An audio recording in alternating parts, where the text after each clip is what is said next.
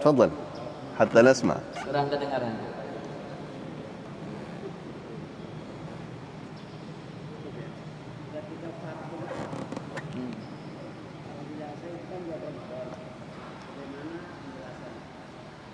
Bagaimana penjelasannya? Tentang Fatu Mekahnya atau puasanya? Puasanya.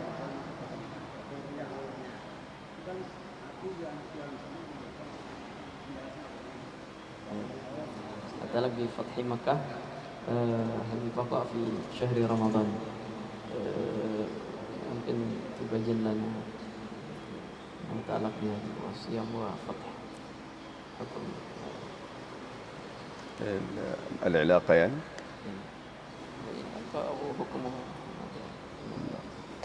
نحن ذكرنا يا أحباب بالنسبة ليس فتح مكة فقط الذي كان في شهر رمضان، غزوة بدر أيضا كان في شهر رمضان. شهر رمضان ليس من الأشهر التي يحرم فيها القتال. أشهر حرمة القتال هي أشهر الحج بالإضافة إلى رجب. فالنبي صلى الله عليه وسلم غزا غزوة بدر في رمضان، بل نصح أصحابه قال إنكم ملاقوا عدو غدا والفطر أقوى لكم، فنصحهم أن يفطروا لأنه سوف يكون مشقة غير محتملة. أما في فتح مكة كذلك، اليوم الحديث الذي ذكرناه هو أصلا في فتح مكة. الرواية الأولى لم تبين أنه فتح مكة، أما الرواية الثانية بيّنت أنها فتح مكة، والمسافة كبيرة والمشقة كانت عالية. لذلك النبي صلى الله عليه وسلم عندما وجد أن هناك مشقة على الصحابة فأمر بشرب الماء، وعندما وجد أن هناك مشقة زائدة على البعض ومع ذلك أفطروا قال أولئك العصاة. وهذا من رحمة الله سبحانه وتعالى، وأيضا من بركات هذا الشهر، شهر رمضان، شهر مبارك. معظم فتوحات المسلمين كانت في رمضان كبدر وفتح مكة وغيرها، والله أعلم. Jadi bulan Ramadan merupakan bulan yang bukan termasuk diharamkannya untuk berperang, seperti Muharram, Rajab. Nah, oleh karenanya ini bukan hanya Fathu Makkah saja yang terjadi di bulan Ramadan. Sampai perang Badar sendiri itu terjadi bulan Ramadan, di mana saat itu Rasul pun menyemangati para sahabat, sesungguhnya kalian akan ketemu musuh besok. Nah, kalau kalian berbuka, tidak berpuasa, itu insyaallah akan lebih kuat gitu. Karena perang lumayan ya. Oleh karenanya jadi di bulan Ramadan. Nah, memang juga merupakan bagian keberkahan dari Allah Subhanahu wa taala terhadap bulan Ramadan ini. Di mana banyak juga futuhat Islamiyah juga yang terjadi di bulan Ramadan selain daripada perang Badar maupun Fathu Makkah itu sendiri. Tapi yang jelas hadis-hadis yang beratkan tadi, yang riwayat pertama dari Jabir tadi belum menjelaskan itu Fathu Makkah. Kemudian riwayat yang kedua di situ dijelaskan bahwa itu terjadi pada saat Fathu Makkah. Nah, perjalanan cukup jauh dari Madinah ke Makkah. Perjalanan tentu sulit, berat. Oleh karenanya Rasul ambil air, dibolehkan minum. Bahkan ketika sudah disuruh minum aja nggak mau, beliau padahal kondisinya sangat berat, maka Rasul ajak mereka itu maksiat. Oleh karenanya ini merupakan bagian dari rahmat Allah Subhanahu wa taala. أي سؤال في المسافر، أحكام المسافر في رمضان؟ Ada yang lain seputar saum Ramadan ini? تفضل. اسأل باللغة العربية. أنت تعرف لغة عربية، اسأل باللغة العربية وهو يترجم لهم بالإندونيسي.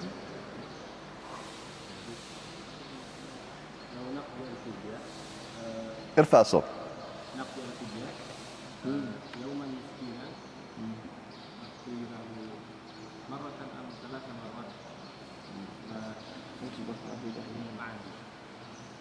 miskin wahid wajibah wahidah am salah. طيب ترجم الإندونيسي Pertanyaannya, kalau kita bayar fidyah itu beri makan seorang miskin satu hari satu orang, itu mestinya sekali aja atau harus 3 kali gitu. Nah, kita mau sehari malam makan, umumnya kita 3 kali ya. نحن ذكرنا هذا بالأمس وقلنا أنه يجب عليه أن يطعم عن كل يوم مسكين، عن كل يوم مسكين يطعمه من وجبته هو التي كان يفترض أن يفطر هو عليها، ولا يشترط عن كل يوم. يعني هو عليه مثلا في ذمته 30 يوم مثلا، ممكن يطعم 30 مسكين في نفس اليوم، ما في مشكلة. أو يطعم مسكين واحد هو نفس المسكين 30 مرة، لا بأس، هذا يجوز وهذا يجوز والله أعلم. وجبة واحدة. نعم. وجبة واحدة. وجبة مشبعة. لا بد أكثر. لا وجبة واحدة. Jadi ini kemarin sudah dijelaskan, maksudnya bagi orang yang bayar fidyah itu dalam sebagai ganti satu hari puasa, utang puasanya dengan beri makan satu orang miskin dari makanan yang akan dia makan, Seharusnya dia puasa, makanannya dia pakai untuk berbuka. Nah itulah juga yang nanti diberikan kepada orang miskin tadi. Ya ini udah, kalau mau langsung sehari 30 orang untuk 1 bulan boleh, atau kalau hanya 1 orang miskin yang dia kasih, maka setiap hari 1 kali selama 30 hari itu. Artinya cukup sekali saja cukup, tidak harus 2 atau 3 kali dalam sehari semalam itu. أعتقد أنت تقصد وجبة واحدة أم 3 وجبات، صح؟ طيب، هذه مسألة مهمة وأثار مسألة مهمة تناولها بعض العلماء، والحمد لله أنه أثيرت. الأخ يسأل فدية الصوم يطعم عن كل يوم مسكين، هل يقصد بالإطعام وجبة واحدة أم طعام اليوم؟ هذا سؤال مهم والعلماء تكلموا في هذا، وقالوا أن الأولى أن يكفيه طعام يوم،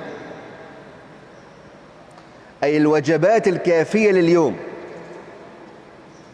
ولكن البعض قال إن كانت وجبة واحدة مشبعة سقط من الذمة إن شاء الله، فهذا هو الواجب وهذا هو الفضل والإحسان. إذا من استطاع أن يكفي المسكين طعام اليوم هذا هو الأصل، وهذه مسألة مهمة يا أحباب، هذا هو الأصل. طيب لو لم يستطع، الحد الأدنى وجبة مشبعة كاملة، والله أعلم. Beliau rinci, jadi mungkin maksud pertanyaan tadi adalah maksudnya memberi makan itu 1 kali atau harus makan sehari gitu kan. Maka beliau jawab, dalam masalah ini yang para ulama membahas secara khusus gitu. Mereka ada yang melihat kepada memberi makan itu apakah cukup sekali yang mengenyangkan, atau yang dimaksud itu adalah kasih makan sehari. Bagi orang yang kasih makan sehari, nah ini tentu ini keutamaan, afdol gitu. Karena dia memberi makan tadi orang miskin betul-betul sehari itu dia kenyang. Tetapi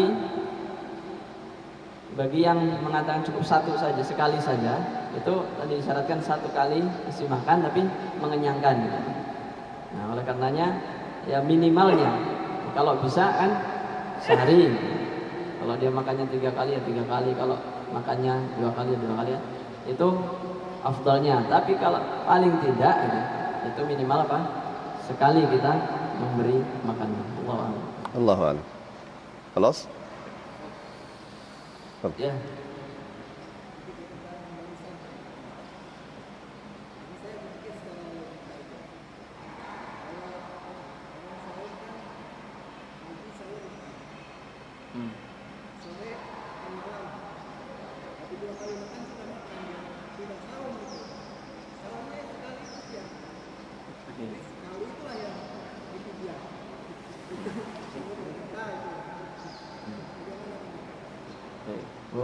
ورأى أن عقليات الصائم عندما يصوم ولا يأكل في نهار ومسكين قد تناول السحور والإفطار ولذا ممكن الذي يجب عليه إطعام هذا مرة واحدة وجبة واحدة. هذا ما رأيكم فيه؟ طيب يا أحباب، نحن قلنا أن حد الواجب وجبة واحدة مشبعة، هذا لا خلاف عليه وسقط من الذمة.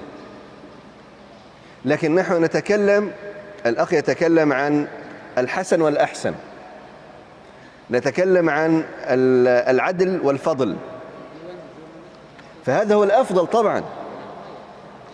ثم ما نقص مال من صدقة. الأمر الآخر أن المسكين لا يشترط أن يكون صائما، هو ليس مثلك، لأن الشرط لم يقل إفطار مسكين، قد لا يكون صائم أصلا.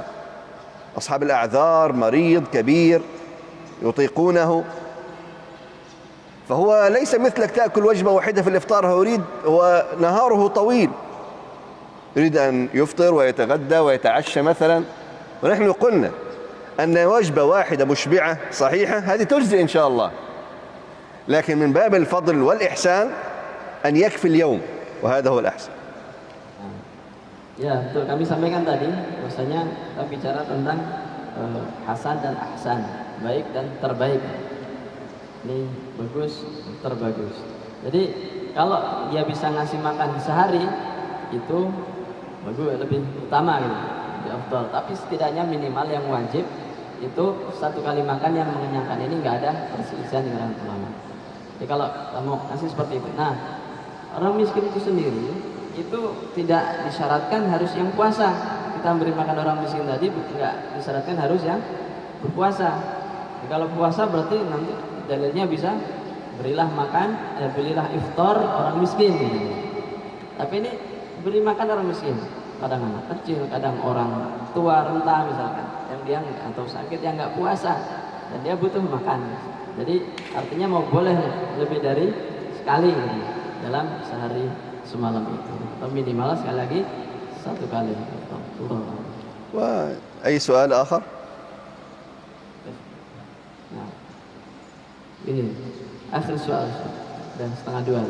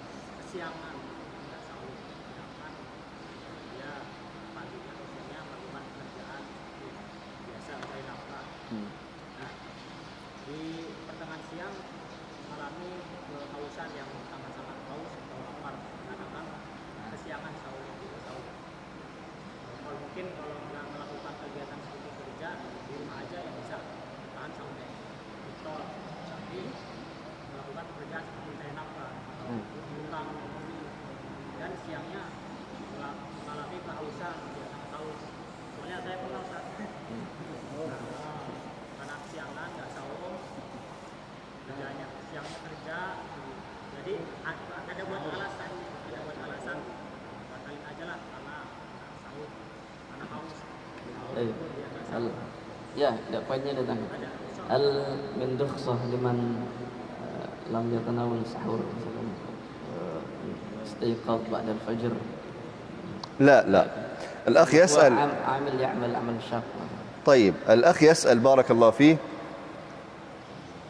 لو إنسان فهمتنا السؤال تقريبا لم يتسحر واستيقظ على أذان الفجر، سيكون عليه قد يكون عنده مشقة أن يصوم. هل هذا له رخصة في الفطر؟ لا يا أحباب، جاء الإسلام بحال الغالب، بحال الغالب. لأن لو جاء بأحوال الأفراد إذا معنى ذلك أن الأمة الإسلامية فيها 1.5 مليار مسلم، إذا سيكون هناك 1.5 مليار حكم. لا، ما هو غالب أحوال الناس. لذلك جاء برخصة مثلا المريض، مع أن المرض منه المرض الذي فيه مشقة وليس فيه مشقة، ولكن الغالب فيه مشقة، وغالبا أن المشقة تكون في المرض، فقال هذا المرض حتى يضبط الحكم، يضبط، لا يتلاعب أحد بالدين. لو ترك المشقة هكذا وخلاص، يأتي إنسان والله أنا تعبان اليوم، أنا عندي مشقة، يلا أفطر، ضاع الدين، يتلاعب الناس في الدين. إذن وضع ضابط.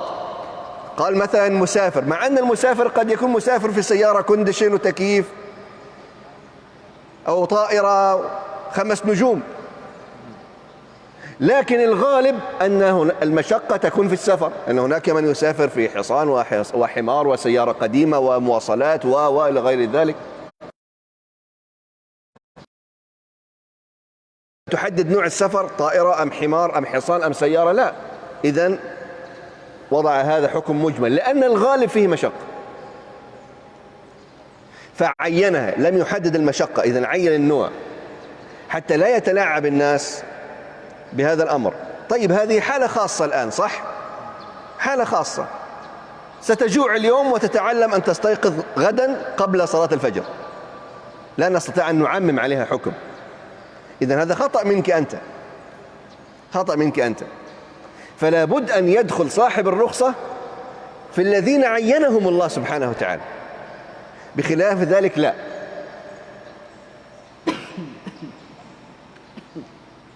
تفضل.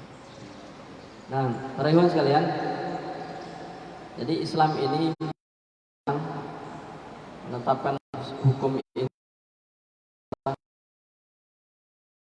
umum yang bisa dilakukan, dikerjakan oleh umumnya manusia, bukan oleh masing-masing individu. Jadi umumnya manusia bisa mengerjakannya atau tidak mengerjakan, itu Islam. Jadi kalau melihat hukum itu menyesuaikan keadaan individu, maka umat Islam hari ini 1,5 M, maka hukumnya 1,5 M juga jumlahnya. Jadi hari ini, misalnya tadi kan ilahnya misalnya ada safar, itu sakit ada yang berat, ada yang ringan, safar pun begitu. Sekarang safar ada yang kita bisa tetapkan mau safar pakai apa, pakai AC, yang enggak, atau kadang pakai pesawat bintang 5, itu kondisi berbeda-beda. Tapi secara umum safar itu ada masyaqqah, sakit ada masyaqqahnya. Nah kalau dalam kondisi seperti ini tadi, ini enggak masuk dalam kelompok 7 tadi kan. Oleh karenanya ini bukan yang dibolehkan secara syar'i. Ini murni kesalahan pribadi. Jadi ini kan kesalahan pribadi, belajar dari masalah tersebut, peristiwa tersebut, agar besok jangan lagi kesiangan. Jadi sekali lagi secara rukhsah tidak diberikan rukhsah atau keringanan dalam masalah seperti ini. Jazakumullahu khairan wa taqabbalallahu minna minkum.